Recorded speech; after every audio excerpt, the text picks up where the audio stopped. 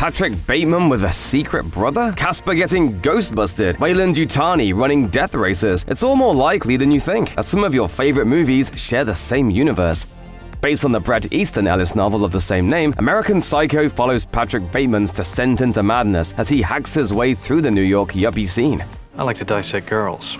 Did you know I'm utterly insane? Rules of Attraction, meanwhile, is a dark comedy starring James Van Der Beek as a drug dealer caught up in a bizarre love triangle. But when you learn that Van Der Beek's character is named Sean Bateman, you might begin to see a connection between the two movies. In fact, these characters are brothers, as Rules of Attraction is also based on a book by Bret Easton Ellis. Rules even contains a deleted scene in which Sean calls his older brother Patrick looking for money, although Patrick is played by Casper Van Dien rather than Christian Bale. Interestingly, another Ellis book, Less Than Zero, also takes place in the same fictional universe, but the 1987 adaptation of that movie omits any connections to the other stories. Following the success of the first two Fast and the Furious movies, Universal opted in 2006 for a standalone sequel, The Fast and the Furious Tokyo Drift. There's no wax on, wax off for drifting.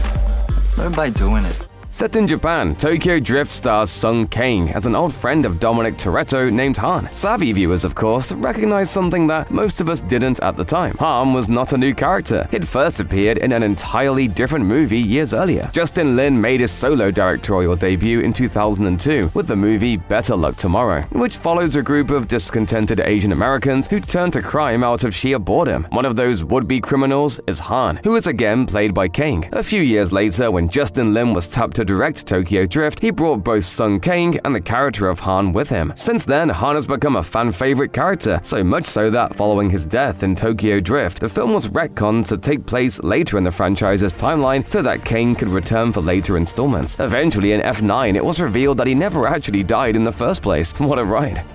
Movie adaptations of classic comic books boomed in the 90s, likely spurred by the success of Tim Burton's 1989 smash hit, Batman. And it wasn't just superheroes who got this treatment either. In 1995, Harvey Comics character Casper the Friendly Ghost got his own big screen outing. We got one! The movie stars Christina Ricci as Kat, a young, lonely teenage girl who befriends the ghost of a boy who died years earlier. Casper's spirit lingers with those of his uncles in a stately manor owned by a greedy socialite, Catherine Crittenden, who wants them gone at any cost. Casper was a big hit in theaters, earning nearly $300 million at the box office. But what many people probably don't remember is that one sequence links the movie to another classic spooky comedy. When Kathy hires a series of paranormal experts to rid her home of the ghost, each of them fails miserably. One of those experts is Ray Stantz, Ghostbuster extraordinaire, who's played by Dan Aykroyd with a mustache. Who are you gonna call? Someone else.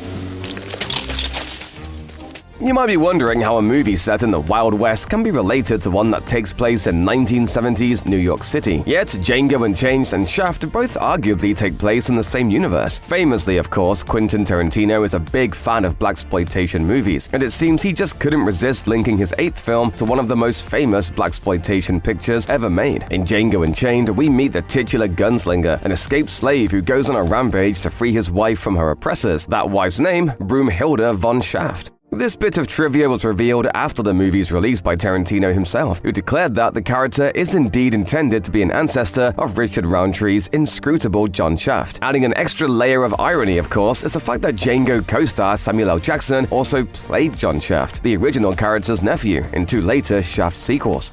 John Hughes was responsible for some of the most iconic teen comedies of the 80s, from The Breakfast Club to Pretty in Pink to 16 Candles. I mean, we're all pretty bizarre. Some of us are just better at hiding it, that's all.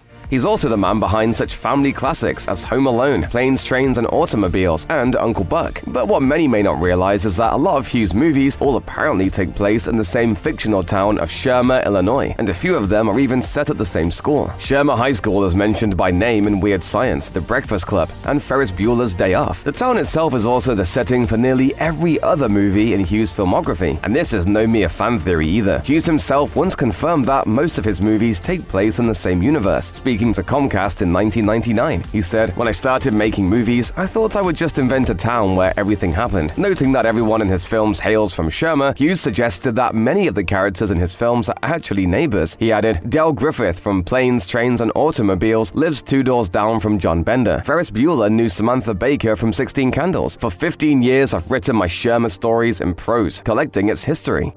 Collateral and The Transporter have a lot in common. Both are action thrillers, both are headlined by a renowned action star, and both feature a complicated criminal for hire as their protagonist. Both films also have some serious talent behind the camera, with La Femme Nikita director Luc Besson penning the script for The Transporter and Heat director Michael Mann taking the reins on Collateral. Maybe it makes sense then that they both appear to take place in the same universe. In Collateral, Tom Cruise plays Vincent, a shadowy hitman who ropes a cab driver into his latest mission. 2 years earlier, in The Transporter, Jason Statham portrayed Frank, a one-man wrecking crew who gets caught up in a human trafficking plot. But even though Collateral is set in Los Angeles and The Transporter takes place in France, the two characters actually come face-to-face in a pivotal scene in Collateral, when a courier played by Statham delivers a mysterious package to Vincent. Statham's role isn't credited in the movie, so it's easy to assume that this might be mere coincidence. In a 2012 interview with IGN, however, Transporter director Louis Leterrier joked that if his franchise didn't go anywhere, Frank would just continue to cameo in Michael Mann movies, suggesting he's at least aware of the connection between the two. Movies can share a universe through on-screen cameos, casual mentions of other characters, or even a background detail that links them together. In the case of Commando and Die Hard, it's the presence of a single fictional location, the Latin American nation of Valverde. In 1985's Commando, Valverde is supposed to be the location of John Matrix's next mission, as he's hired by Arias, the country's exiled dictator, to assassinate his enemies. But Matrix never makes it to Valverde. He betrays Arias and embarks on a personal mission of his own. Valverde turns up again in 1990's Die Hard 2, Die Harder. In that film, John McClane goes up against the current dictator of Valverde, who is being extradited to the US to face trial. Freedom. Not yet. It might seem like an odd callback, but the mention of Valverde in the Die Hard sequel is probably due to the fact that one of the men who wrote it also penned Commando, screenwriter Stephen E. D'Souza. What's strange is that Valverde is only ever seen once on screen, and it isn't in either movie. Valverde happens to be the location in which the original Predator takes place. D'Souza wasn't even involved in Predator, although Arnold Schwarzenegger was obviously in that film and Commando. So is John Matrix the same character as Dutch? Or are there just a whole lot of Arnie-looking badasses roaming around in this particular universe? Frankly, your guess is as good as ours. In 2010, James Gunn released Super, a gritty superhero comedy about an ordinary man who decides to fight crime as a costumed vigilante called the Crimson Bolt. Shut up, crime. Here's the Crimson Bolt.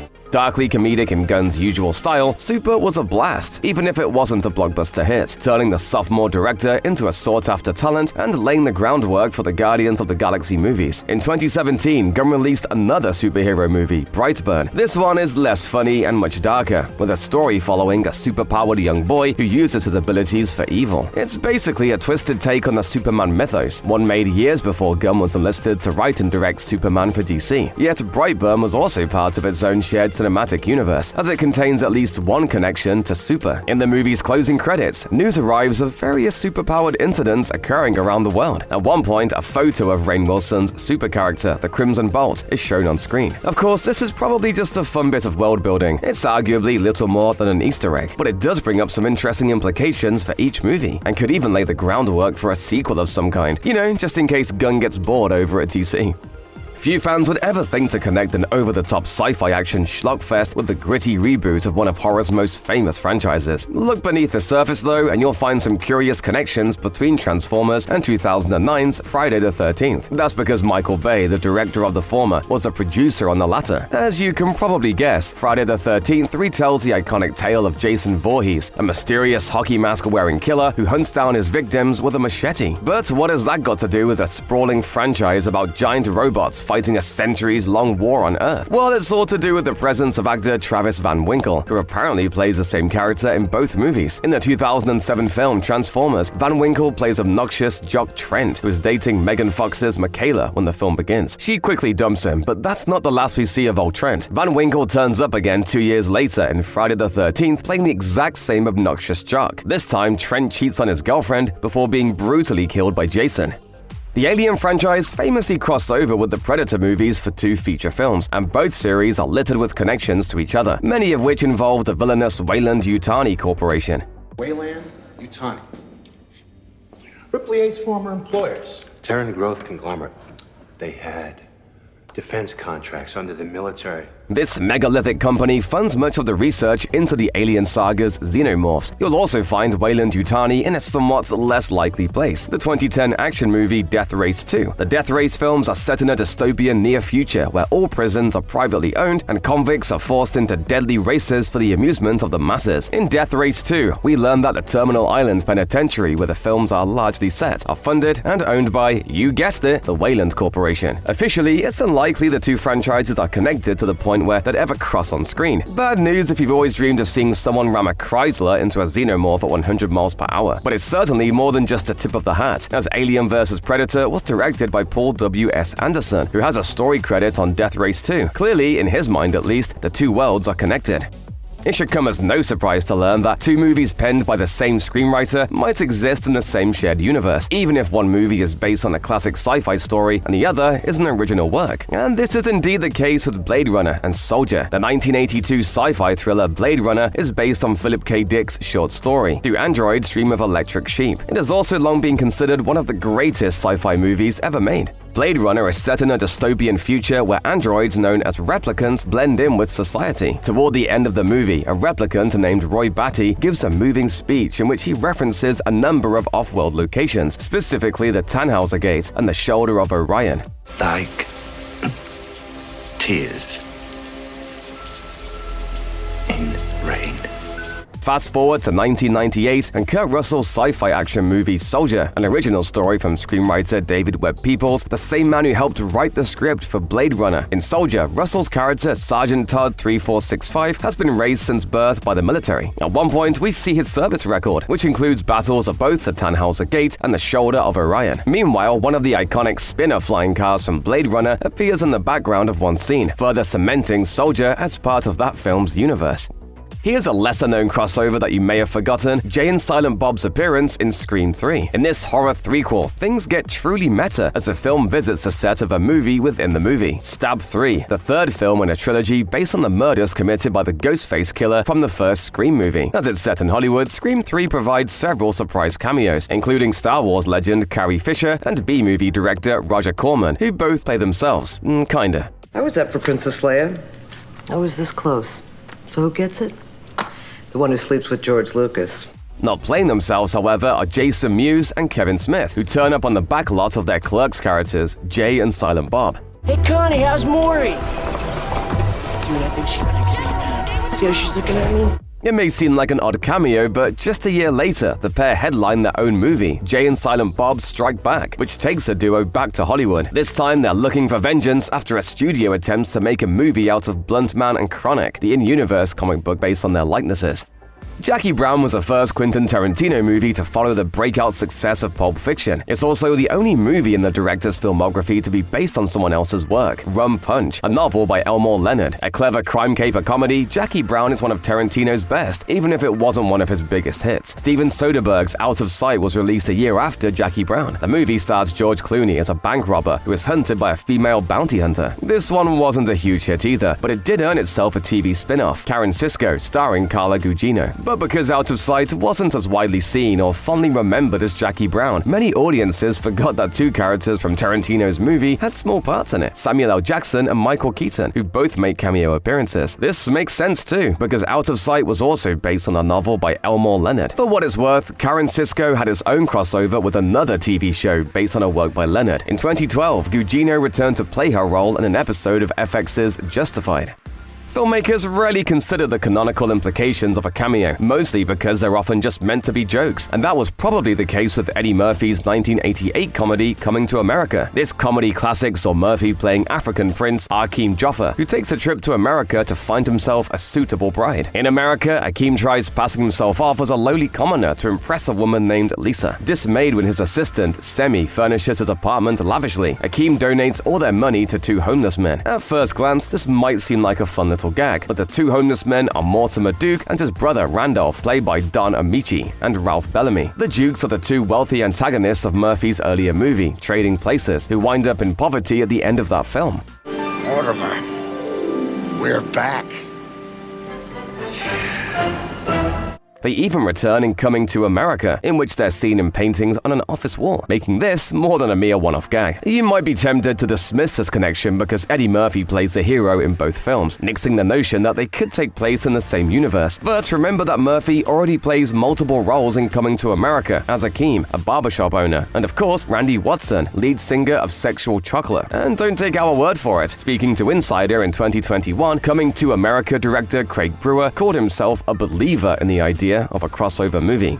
Here's a question. What does Luther and the X-Files have in common? Yes, they're both TV shows, and yes, they both spun off into movies too. But these properties, and many more, also happen to be linked by the appearance of Detective John Munch. Richard Belzer played Detective John Munch for decades on TV, most famously in the crime dramas Homicide, Life on the Street, and Law & Order Special Victims Unit. He also appeared in a number of other shows. He pops up in The Wire and Arrested Development, and he even once made an appearance as a puppet on Sesame Street. I've seen it before. M.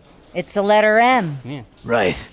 Though he isn't mentioned in the film Luther the Fallen Son, Munch does get name-dropped in an episode of the Luther series as a New York compatriot of Idris Elba's British copper. Belzer played Munch on screen in Unusual Suspects, a 1997 episode of The X-Files that takes Mulder and Scully to Baltimore, where Munch is interrogating a witness prior to his move to the Big Apple. Perhaps the strangest entry in the whole Munchverse, however, is a very Brady sequel, where in an appearance played for laughs, Munch shows up to investigate Carol's first husband, Roy. If you've never heard of either Chopping Mall or Eating Raoul, then you're in for quite a history lesson. Both are B-movies and indie classics of a sort, with Chopping Mall being a particular darling of 80s cult horror fans. This 1986 movie follows a group of rowdy, sex-crazed teens who spend the night partying at a local mall. They soon learn, however, that the mall is watched over by a new breed of security system with a screw loose, and before long, they're being picked off one by one by three out-of-control killer robots. The 1982 film Eating Raoul is an indie black comedy starring Paul Bartel and Mary Warrenoff as an uptight older married couple who get involved in the swinger scene as a means to fund their newest business venture, specifically by robbing and killing the participants in these wealthy sex games. The two films have little in common story-wise, though both are very darkly comedic. Yet that's not all that connects them, as in an early scene in Chopping Mall, Bartel and Warrenoff appear as their Eating Raoul characters who are present during a presentation about the killbots. It's a left-field cameo that most viewers probably didn't get. It's even more perplexing to see Paul and Mary actually get some focus, remarking about the strange robots to each other in a scene that all feels like a very weird in-joke. You couldn't ask for two movies more different than Spy Kids and Machete, and yet, believe it or not, they exist in the same universe, or so some fans seem to believe. Spy Kids is a 2001 action comedy about two young siblings who discover that their parents are global super spies. But when their folks are taken captive by a diabolical criminal mastermind, the two kids must become spies themselves to help save the day. You might wonder what the heck this has to do with a brutally violent, R-rated splatterfest like Machete, and it all begins with Robert Rodriguez, who directed both movies. Released in 2010, Machete stars Danny Trejo as a former Mexican federale named Machete, who embarks on a bloody mission of vengeance. Surprisingly though, a character of the same name first appeared on screen in Spy Kids. Here, he's a kid's uncle who helps them on their own dangerous mission. This bizarre connection delighted fans for years, although Rodriguez himself put a dampener on the theory in 2014 when he told a Reddit AMA that the two movies very much take place in alternate universes. Still, if that feels a little disappointing, there's always a time Machete turned up in a Snickers commercial that also featured the Brady Bunch. Maybe they knew each other. For the next couple, we need to let you know that these are just fan theories, but there is something to both of these. Let's start with one you didn't expect. In the mid-90s, Charlie Kaufman wrote an abstract comedy drama about people who live inside another man's head. The script eventually found its way into the hands of another unproven talent, first-time director Spike Jonze. The result was Being John Malkovich, one of the weirdest, most ambitious, and riskiest studio films of the 20th century. It's my head, Schwartz! It's my head! In the movie, the head of John Malkovich is linked to a doorway in an old apartment building, to which people can pass freely, taking control of his body in the process. Then, nearly 20 years later, Jordan Peele made his own directorial debut with Get Out, a psychological horror movie in which a young man discovers that a mysterious family is plotting to transfer their minds into the bodies of the black people who they've lured to their homestead. Right away, you can see why fans of these films might have linked them together, and one particularly intriguing theory relies on the fact that Catherine Keener stars in both. The theory goes that Keener's character in Being John Malkovich, Maxine, is the same character she plays in Get Out, albeit with a new name to hide her identity. And this theory actually got a whiff of legitimacy in 2017, when Peele revealed that he'd once told Jones about it. And he chuckled. So, as far as I'm concerned, it's true.